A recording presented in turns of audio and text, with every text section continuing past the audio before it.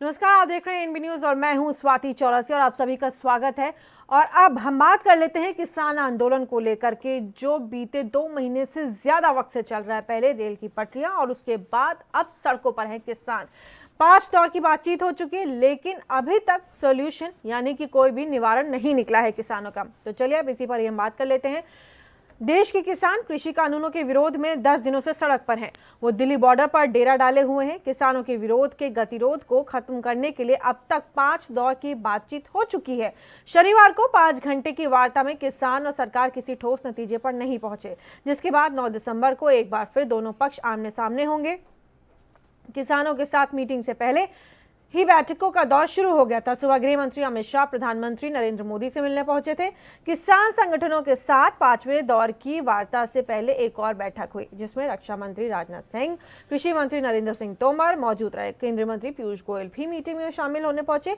इसके बाद पीएम मोदी और अमित शाह की एक बार फिर से बैठक हुई। इसके बाद दोपहर 2 बजे और सरकार और किसानों की वार्ता शुरू हुई। बैठक में सरकार की ओर से कृषि मंत्री नरेंद्र सिंह तोमर और वाणिज्य मंत्री पीयूष गोयल मौजूद थे। वहीं किसानों की ओर से उनके 40 प्रतिनिधि शामिल थे। बैठक शुरू होने से पहले ही किसानों ने तेवर दिखा दिए थे। किसानों की ओर से कहा गया था कि सरकार बार बार तारीख दे रही। सभी संगठनों ने एक मत से फैसला लिया है कि अब बातचीत का आखिरी दिन है। किसान संयुक्त मोर्चा के प्रधान रामपाल सिंह ने कहा कि आर पार की लड़ाई करके आएंगे और रोज रोज बैठक नहीं होगी। बैठक में कोई और बात नहीं होगी। कानूनों को रद्द करने के लिए बातचीत की जाएगी। किसानों का यह तेवर बैठक में भी देखने को मिला। वार्ता के दौरान किसान नेता सरकार से बेहद नाराज नजर आए। किसान नेताओं ने कहा कि सरकार हमारी मांगों पर फैसला ले, नहीं तो हम बैठक से जा रहे हैं। किसान संगठनों ने कहा है कि सरकार हमारे पास 1 साल, सरकार को ये बता दिया है कि उनके पास 1 साल की सामग्री है। सरकार को तय करना है वो चाहती क्या है। किसान नेताओं ने सरकार से इन तमाम मुद्दों को लेकर के बातचीत की है।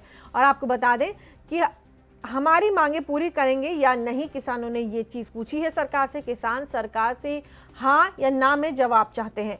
वो प्ले कार्ड लेकर के, जिस पर यस और नो लिखा हुआ था, कल बैठक में पहुंचे थे। बीती कुछ बैठकों की तरह इसमें भी सरकार और किसान अपने अपने रुख पर अड़े रहे। सरकार कृषि कानूनों में संशोधन पर अड़ी रही तो किसान कानून वापस लेने की मांग पर अड़िग रहे। करीब 5 घंटे तक चली बैठक में कोई नतीजा नहीं निकला। इस दौरान किसान सरकार में सिर्फ ये सहमति बनी कि 9 दिसंबर को एक बार फिर से बैठक की जाएगी। किसान नेताओं के साथ बैठक के बाद कृषि मंत्री नरेंद्र सिंह तोमर ने कहा कि किसान नेताओं के साथ चर्चा का 5वां दौर खत्म हुआ। अच्छे माहौल में चर्चा हुई है। हमने किसान नेताओं से कहा है कि एमएसपी जारी रहेगी, लेकिन फिर भी किसी के मन में शंका है तो सरकार उसका समाधान करने के लिए तैयार है। एपीएमसी को और भी मजबूत किया जाएगा, सरकार इसके लिए भी तैयार है। सरकार एपीएमसी पर गलतफहमी को दूर करने के लिए भी तैयार है। हम लोग चाहते थे कि कुछ विषयों पर सुझाव मिल जाए, लेकिन बातचीत के दौर में ये नहीं हो सका। कृषि मंत्री ने कहा है कि अब 9 दिसंबर को वार्ता होगी। सबकी सहमति से अगली बातचीत की तारीख तय की जाएगी। किसान नेताओं ने और क्या कुछ कहा है ये भी आपको बता दें। किसान नेता राकेश टिकैत ने कहा है कि हमारा आंदोलन जारी रहेगा। हम किसान हैं, हम थकने वाले नहीं हैं। लगेगा, क्योंकि जो भी मोदी सरकार है जैसे फैसले कहते हो वापस नहीं होते। नोटबंदी वाला हो, जीएसटी वाला हो, ये पंजाब के हिंदुस्तान के किसान आ जो नीति सरकार की वापस करके जाएंगे। कल बिल का मतलब नहीं। 99% सरकार मान चुकी है, हार मान चुकी है, 1% रह गया। कल उनसे बातचीत हुई है, उसमें 2 फाइलों में लिख दिया जस या नो। और केंद्र सरकार ने देखना 9 तारीख को जस करने या नो करना। जिस प्रकार से 8 तारीख को भारत बंद का ऐलान है, अब किस प्रकार से देख रहे हैं? देखो, पहले भी असी पंजाब में सद्दा दिया सी, उस टाइम भी हिंदुस्तान में बहुत बड़ा प्रदर्शन होया था। जो 8 तारीख को पूरा समूचा ग्रामीण तो ला के शहरी लगा के सब कुछ जाम होएगा। 9 तारीख में सरकार को मानना पड़ेगा, क्योंकि सरकार देखती है कि किसान क्या करते हैं। 8 तारीख को सरकार को पता लग जाएगा कि आगे होने वाला है क्या। क्या नाम है सर आपका? मेरा नाम सुभाष खिलेरी, डिस्ट्रिक्ट फतेहाबाद और तहसील रतिया से हूँ। आज लगभग 11वां दिन है आपके प्रोटेस्ट का और गवर्नमेंट ने 3 दिन का टाइम और दिया है। आप किस प्रकार से देख रहे हैं? देखो, सरकार को झुकना पड़ेगा। हमारे हरियाणा के सीएम मनोहर लाल खट्टर साहब ने पहले ये बयान दे दिया था कि इसके अंदर सिर्फ पंजाब के किसान हैं। आज आप लोग देख रहे हैं कि हरियाणा के किसान भी कंधे से कंधा मिलाकर पंजाब के किसान भाइयों के साथ चल रहे हैं। और हजारों की तादाद में तो अकेले फतेहाबाद से ही हम किसान भाई किसान भाइयों की मदद करने के लिए यहाँ पहुंचे हैं। जो ये सरकार आगे से आगे टाइम दे रही है, ये एक जिद्दी प्रवृत्ति इनकी बन चुकी है। लेकिन अब किसानों के आगे सरकार को झुकना पड़ेगा, क्योंकि ये काले कानून है। इसको हम फार्मर्स के लिए डेथ वारंट भी कह रहे हैं, और जब तक ये सरकार नहीं मानेगी तब तक हम पीछे हटने वाले नहीं है। और इससे हरियाणा और पंजाब के किसानों को जो ये दो फाड़ करना चाहती थी सरकार, खट्टर सरकार, बीजेपी सरकार, मोदी सरकार, उसमें वो कामयाब नहीं हो पाई। और आज हरियाणा पंजाब का जो भाईचारा है वो एक बहुत मजबूती से आगे बढ़ा है।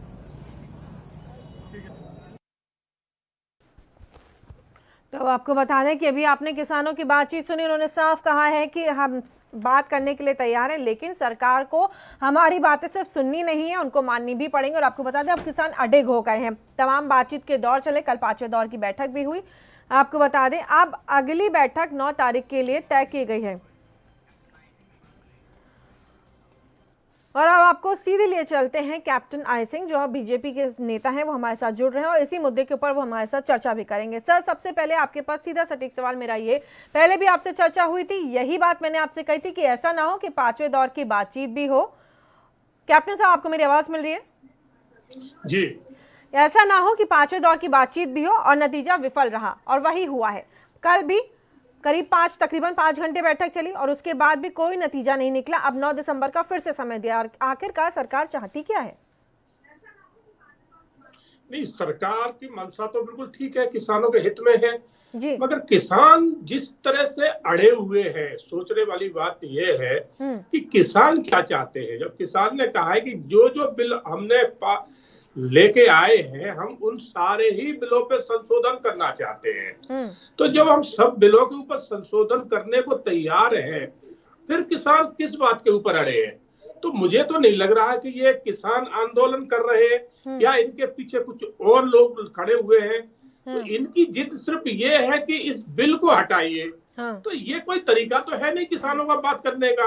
जब सरकार ने कह दिया कि आप जिस जिस बिल से आपको दिक्कत है, हम उनमें सब में संशोधन करने को तैयार है। तो बताइए सरकार कहां से कहां पीछे है? सरकार तो हर जगह किसानों का साथ दे रही है, मगर किसान सोच के ये आए हैं कि हमें समझौता करना ही नहीं है, हमें तो सिर्फ आंदोलन करना है।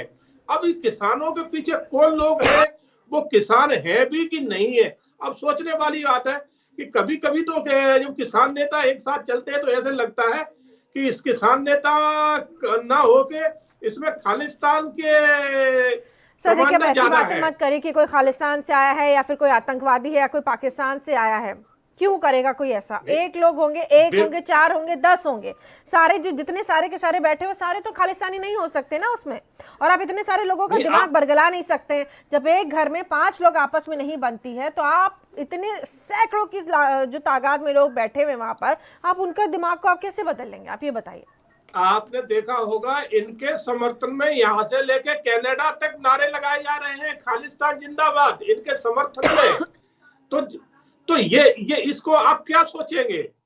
और फिर जब सरकार कह रही है कि हमें सारी मांगे आपकी मंजूर हैं, हम बिल में अमेंडमेंट करेंगे, हम बिल में जो जो आप कहोगे हर बात में इनमें अमेंडमेंट लेके आएंगे, फिर ये क्या? फिर इनकी सोचना क्या है, इनका कहना क्या है?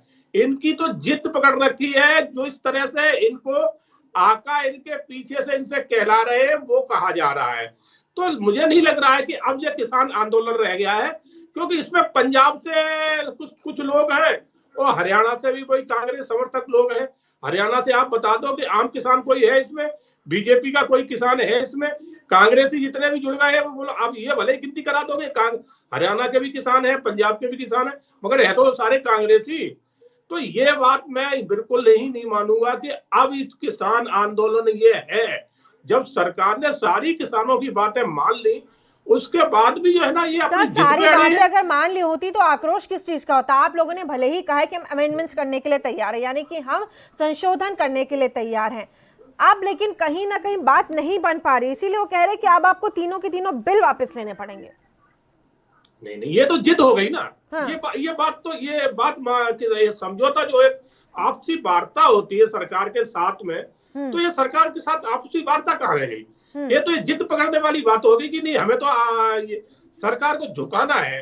तो सरकार को तो देखो कोई भी नहीं झुका पाएगा, ये किसान तो है क्या चीज। अगर सरकार दूसरी सरकारों की तरह अगर बन जाएगी ना, जैसे महाराष्ट्र में बन गई कि वो किसी की सुनती नहीं है, वहां भी कांग्रेस की सरकार बैठी है, अगर इस तरह से सरकार बन जाएगी किसान 2 दिन में भाग जाएंगे। सर सरकार ऐसा किसान है नहीं क्या चीज? चाहते। सर किसान वही चीज है जिनकी पीठ पे रख करके सरकार बनती है, जिनकी पीठ के ऊपर कदम पैर रख करके चुनाव लड़े जाते हैं, किसान के हितों की बातें की जाती है, और जब सरकार बन जाती है तो कहा जाता है किसान है क्या चीज। सरकार में भी जो बैठे हैं वो भी किसान ही है। आप ये निश्चित सोचें कि हम भी बैठे, हम भी किसान पुत्र हैं, हम भी अलग से नहीं है कहीं। हम जो अगर इनकी तकलीफ है तो हमारी भी वही तकलीफ है, मगर हम समझ रहे हैं कि ये जो मांग कर रहे हैं वो गलत है। ऐसा है कौन जो किसान? अरे देखिए, मैं तो सीधी सी बात ये कह रही हूँ सर, चलिए मान लिया कि वो गलत मांगे कह रहे हैं, तो किसानों का ही बुरा होगा ना, होने दीजिए फिर उनका बुरा। अगर वो कह रहे हैं कि ठीक है भाई हम तीनों कानून आप वापस ले लीजिए, और आप कह रहे हैं कि वो किसान है, लेकिन किसान कह रहे हैं कि नहीं भाई हमें अपना हित नहीं करना है, तो अहित होने दीजिए फिर किसानों का, खुद देखेंगे, खुद समझेंगे, फिर गिर करके सीखेंगे, और क्या। मान लीजिए ना। नहीं ऐसा, मगर सरकार के दोनों पटल पे ये कानून पास हुआ है, कोई सरकार की वो भी तो सर आनंद फानन में पास हुआ है ना, जब पहले तो एक तरफ देश भर में कोरोना महामारी है, ठीक से लोग संसद तक पहुंच भी नहीं पा रहे थे, आनंद फानन में संसद लगाई गई और उसके बाद उसको पास करा लिया गया। कानून कोई भी आनंद फानन में नहीं होता, कानून सर्वसम्मति से कानून पास होता है। सर्वसम्मति को आनंद फानन नहीं कह सकते हैं। ये तो आनंद फानन कहना तो ये जो है ना, सरकार और संविधान की तोड़नी करना हो जाएगा। तो सर जब पूरे देश में लॉकडाउन लगा हुआ था, धीरे धीरे अनलॉक की प्रक्रिया शुरू हुई थी, उसी वक्त संसद खोल दी गई। थोड़ा सा और धैर्य रख लेते, किसानों के कुछ लोगों को, नुमाइंदों को बुला लेते, उनसे चर्चा कर ली जाती। अब तो ऐसा हो गया ना कि एक तरफ सरकार अडिग हो गई और एक तरफ किसान अडिग हो गए। किसान कह रहे कि नहीं भाई आपको ये तीनों बिल लेने पड़ेंगे वापस सरकार की, क्योंकि अब बात एक कहते हैं ना जिसको ईगो शब्द एक अंग्रेजी का होता है, कि अब ईगो पे बात आ गई कि हम अगर अब यूटर्न ले लेंगे तो हम पे बाकी चीजों के ऊपर कहीं दबाव ना बनाना शुरू कर दिया जाए, तो हम यूटर्न कैसे ले। नहीं, यूटर्न वाली बात नहीं है यूटर्न, हम तो यूटर्न बहुत ले लिया ना, सारे ही जितने अमेंडमेंट है उनके सबको हम बदलने के लिए तैयार है, मगर उनने जिद पकड़ी कि कानून खत्म करो, यह तरीका नहीं है। आप बताइए कि एक टोकरी रखी है, हमने उसमें बहुत सारे फल रख दिए, आप कह रहे हो कि ये फल अच्छे नहीं है, मैं सभी फल बाहर निकाल के रख रहा हूँ, अब फिर आप कह रहे हो कि आप इस टोकरी को तोड़ के रख दो, ये कोई तरीका थोड़ी होता है। तो चलिए आप ये बताइए कि आप करेंगे क्या, आप कैसे मनाएंगे, क्योंकि अब वो भी अडिग हो गए हैं, इतने दिनों से विरोध प्रदर्शन धरना करते करते अब कहीं ना कहीं उनके अंदर भी एक ये चीज आ गई कि नहीं अब हम अपनी बात मनवा के रहेंगे। अब उनको मनाएंगे कैसे? ये मान मुनव्वल का दौर कब तक चलता रहेगा? क्या बार बार फिर तारीख पे तारीख का ही दौर चलता रहेगा, बैठकें ही चलती रहेंगी?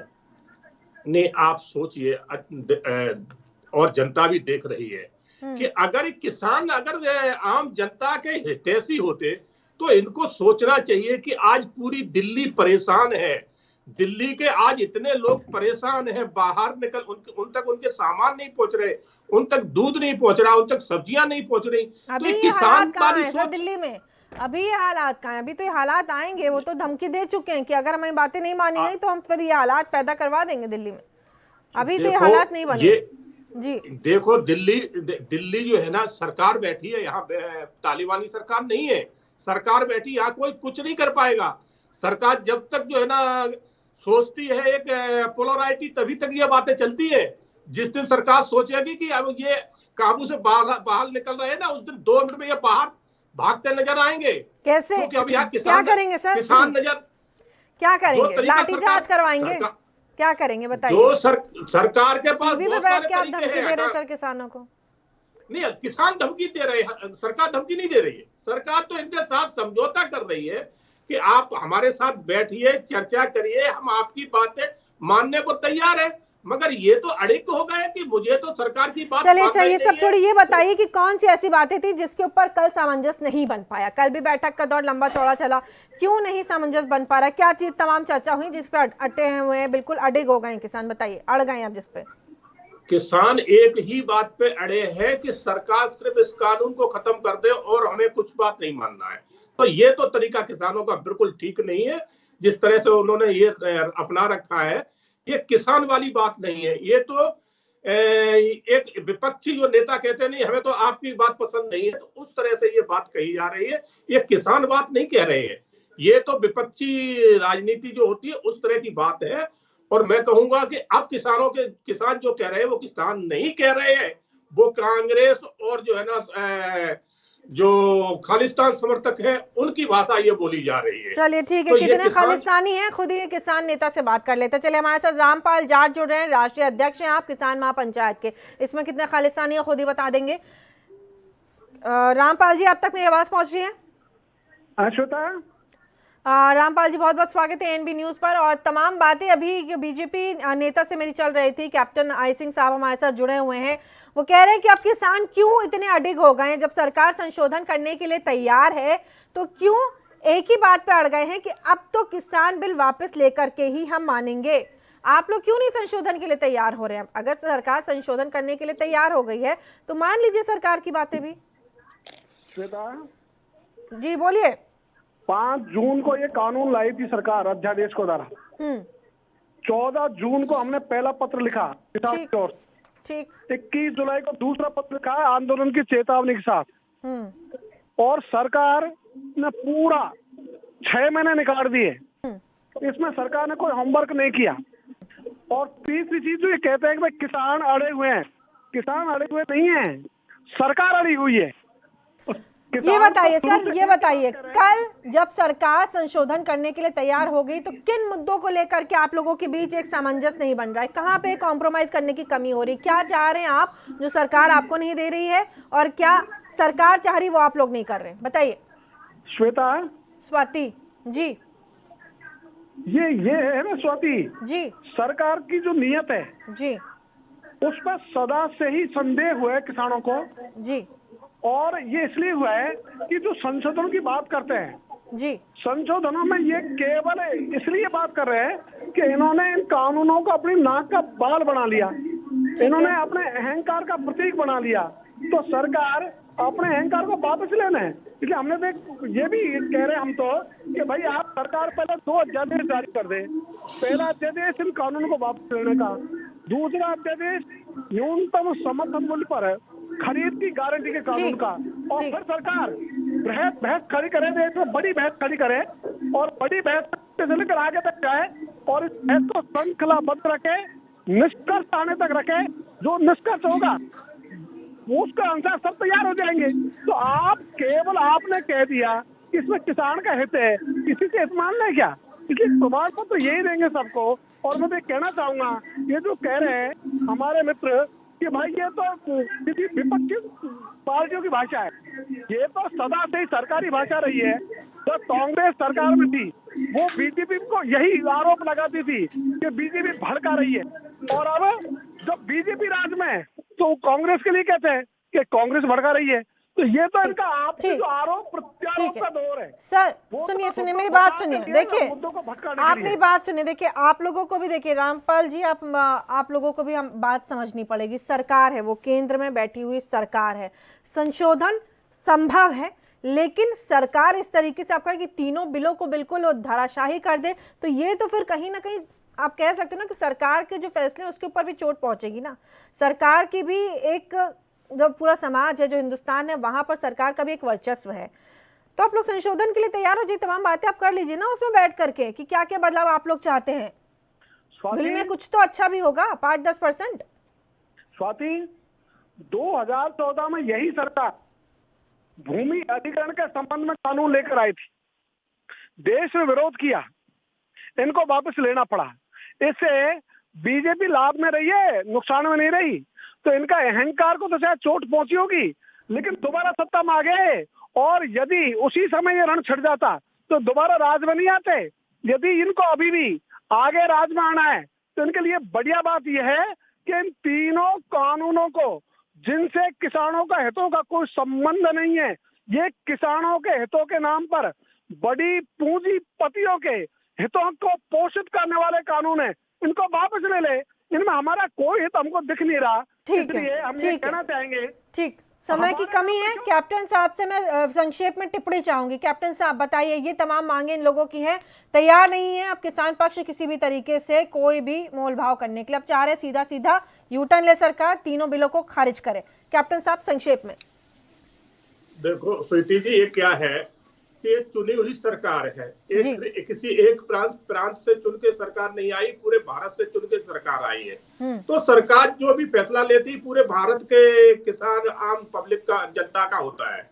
तो ये कुछ लोग चाहे कि किसान बनके और कि सरकार से हम जो चाहेंगे वो करवा लेंगे, वो नहीं होगा। क्यों? ये सरकार पूरे देश चुन के भेजता है और फिर उन्हीं की सबकी मानसा के ऊपर सरकार नियम बनाती, कानून बनाती है। तो ये कुछ लोग इस तरह से अपनी अड़गता पे अड़के और कहें कि हम सरकार को झुका देंगे, सरकार के कानून बदलवा देंगे, तो ऐसा नहीं होता। सरकार इनके साथ खड़ी है, इनकी जितनी मांगे हैं हम उनको मान रहे हैं, उनके साथ जो है ना उसमें इनकी मांग में चलिए ये बातें आप लोगों ने रख दी अपनी यहाँ पर। जी, आप दोनों ने अपना पक्ष यहाँ पर रख दिया। आप बीजेपी से कैप्टन आई सिंह साहब कह रहे हैं कि सरकार आपके लिए तैयार है बातें करने के लिए, बिलों में बदलाव करने के लिए, लेकिन आप कहें कि पूरी तरीके से बिल खारिज हो जाए तो ये संभव नहीं है। रामपाल जी, आप लोगों से भी आपने भी अपनी बातें रखी और यही आग्रह है कि अगर बातचीत का दौर हो रहा है, संशोधन करवा लीजिए, अपनी जो मांगे हैं उनको पूरा करवा लीजिए, लेकिन पूरी तरीके से बिल में क्या खामियां है उसको भी देख लीजिए, उसको ठीक करवा लीजिए, क्योंकि बिल्कुल बिल उसको खत्म कर देना, कहीं ना कहीं सरकार के ऊपर भी उंगलियां उठती हैं। तो वर्चस्व की लड़ाई यहाँ पर आगे। दोनों मेहमानों का बहुत बहुत धन्यवाद, आप दोनों हमारे साथ जुड़े, आपने तमाम बातें अपने रखी। और अब रुक कर लेते हैं अगली खबर का। आपको बता दें कि अगली खबर है कोरोना को लेकर के। कोरोना देश भर में आपको बता दें कि जिस तरीके से महामारी बनकर के उभरा, लेकिन अब अच्छी बात यह है कि कोरोना की जल्द ही दवाई आने वाली, यानी कि कोरोना की जल्द ही इंजेक्शन कोरोना का आने वाला है। लेकिन कोरोना वायरस से सबसे ज्यादा प्रभावित होने वाले राज्यों में से एक दिल्ली में अब हालात सुधरने लगे हैं। ये एक अच्छी खबर। लगातार तीसरे दिन कोरोना संक्रमण की दर 5% से नीचे रही है। वहीं कोरोना से मरने वालों का आंकड़ा 9,500 के पार पहुंच गया है। राहत की बात यह है कि सक्रिय मरीजों की दर लगातार दूसरे दिन भी 5% से नीचे रही है। साथ ही रिकवरी रेट भी अब तक के उच्चतम स्तर पर है। बात करें नए संक्रमित मामलों की, तो आपको बता दें कि 24 घंटे में अब नए मामले सामने आए हैं। इसके साथ ही दिल्ली में कुल कोरोना संक्रमितों की संख्या 5 लाख से आपको बता दें तकरीबन 90,000 हो गई है। इस अवधि के दौरान 77 लोगों की जान चली गई। कोरोना से अब तक दिल्ली में कुल मौतें 9,574 मौतें हो चुकी हैं और पिछले 24 घंटे में कोरोना से 4,916 मरीज ठीक हो गए हैं। इसी के साथ ही ठीक होने वालों की संख्या भी 5,53,000 से ज्यादा है। 24 घंटे के अंतराल में आपको बता दें 81,000 कोरोना टेस्ट किए गए हैं, जिनमें से 35,352 RT-PCR और 46,121 एंटीजन टेस्ट हैं। और अब तक कुल तकरीबन 66,67,000 लोगों के टेस्ट किए जा चुके हैं। और इसी मुद्दे पर अब आइए हम चर्चा भी कर लेते हैं। आपको बता दें हालात हैं कोरोना को लेकर के दिल्ली में। तो दिल्ली में फिलहाल हालात सुधरने लग गए हैं। लगातार तीसरे दिन भी कोरोना के संक्रमण कम हुए हैं। आपको ये खबर हम दे दें कि अच्छी खबर, और एक और अच्छी खबर जो सुनने को बीते दिनों से मिल रही है कि भारत में भी अब कोरोना की जो वैक्सीन है वो जल्द ही आने वाली है। खुद भारत में भी वैक्सीन का निर्माण हो रहा है। जल्द से जल्द वो वैक्सीन भारत में उपलब्ध होगी। और इसी खबर पर हमारे संवाददाता राजीव तिवारी दिल्ली से हमारे साथ जुड़ गए हैं। राजीव, ये एक अच्छी खबर है कि क्योंकि जो भी कदम उठाए जा रहे थे दिल्ली में मास्क को लेकर के, चाहे हम बात कर लें, चाहे जगह जगह लोगों को जागरूकता अभियान के द्वारा जो लोगों को जागरूक किया जा रहा है, इससे जो अच्छी खबर आई है वो ये कि दिल्ली में तीसरे दिन भी अब कोरोना का जो दर है वो कम हो रही है। राजीव, बिल्कुल, जिस तरीके से लगातार जो कोरोना पेशेंटों की गिनती बढ़ी है वो कहीं ना कहीं जनता की वजह से बढ़ी है, क्योंकि जनता अभी भी सोशल डिस्टेंसिंग का पालन नहीं कर रही है। मगर साथ साथ यही कि खुशखबरी जरूर कह सकते हैं कि सरकार अब कह सकते हैं जनता को जागरूक कर रही है। और साथ यहाँ तक कि कह सकते हैं कि जो प्रधानमंत्री नरेंद्र मोदी जी के द्वारा वैक्सीन की जो तैयारी की जा रही है, वैक्सीन अब कुछ हफ्तों के अंदर ही सभी व्यक्तियों को मिलनी शुरू हो जाएगी। और यहाँ तक कि जो पहले चरण के अंदर होगी वो मेडिकल डिपार्टमेंट और जो बुजुर्ग लोग हैं या जो अस्पतालों के अंदर भर्ती हैं उनको दी जाएगी। और कहीं ना कहीं यही कोशिश की जाएगी कि लगातार जल्दी से जल्दी वैक्सीन आ सके, ताकि लोगों को इस कोरोना जैसी महामारी से निजात मिल सके। मगर एक चीज स्पष्ट है, जनता को जागरूक करने के साथ साथ जनता को भी कदम बढ़ाने होंगे आगे की तरफ, ताकि इससे सोशल डिस्टेंसिंग और मास्क का यूज करें, ताकि कोरोना वायरस से ज्यादा से ज्यादा बच सके। जी शुक्रिया राजीव हमसे जुड़ने के लिए। तो ये अच्छी खबर यही है कि कोरोना की दर कम हो रही है और कोशिश भी यही है, क्योंकि इसमें सिर्फ सरकार का ही सहयोग नहीं चाहिए, चाहे हम जितनी भी जनता है देश की उसको भी अपने बारे में सोचना होगा, अपने परिजनों के बारे में भी सोचना होगा। तो अच्छी बात यह है कि दिल्ली में भी कोरोना कम हो रहा है और इसको बढ़ने से हमें ही रोकना होगा। इस बुलेटिन में फिलहाल इतना ही। देश दुनिया की तमाम खबरों के लिए आपको बने रहना ANB न्यूज के साथ।